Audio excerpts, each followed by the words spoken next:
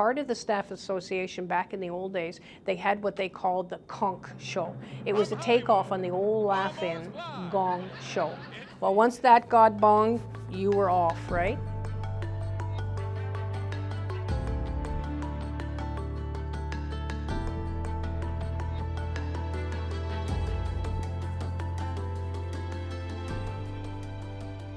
At the very beginning, we didn't have any formal committees or formal associations or whatever. We just had sort of informal things. But then as the time grew, I became part of the staff association. Part of the staff association back in the old days, they had what they called the Konk Show. It was a takeoff on the old laugh-in Gong Show. They'd have the Stools, which was a combination of doctors, and they played like the Elvis music and the rock and roll, and they would have events. So it would be, and they'd have a little judging group, and they'd have this Dr. Taylor, who is the lab director later, but he was involved in the emergency department. They had him dressed up as a little grape. And I'm telling you, when you saw these physicians and doctors and heads of departments and CCOs dressed up and acting silly, it just gives me goosebumps. It just gave you that sense of, yeah, we all are the same. You know, we all put our shoes on, we all come in, and we all want to have some fun. I do remember that a lot of the skits were takeoffs on Laugh-In. They had one, and she was Lily Tomlin, and she used to be the operator. And she'd talk with a funny voice, and she'd say, hello, hello. One ring-a-ding-ding. Two ring-a-ding-ding.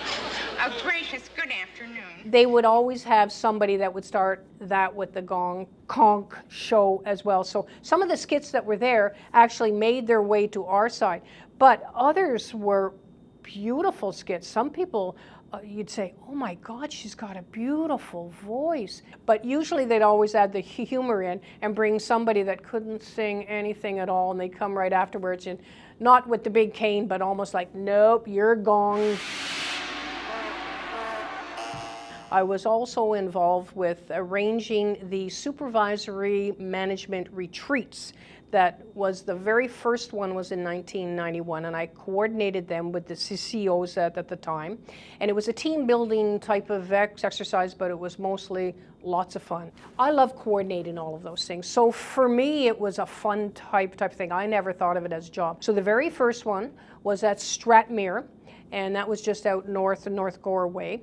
And basically what it was Olympics. So we kind of, because 1976 Olympics were sort of at the time of the Queensway opening, the first thing we thought we would do was do an Olympics. So a coordinated Olympic. We had cow pie contests, so they'd all wear little garbage bags. They'd have to wear their gloves, and they'd pick up a big cow pie and see who could throw it the furthest. We had a hammer nailing contest where we had a block of wood and we put a nail in, and who could hammer it with the least amount of strikes.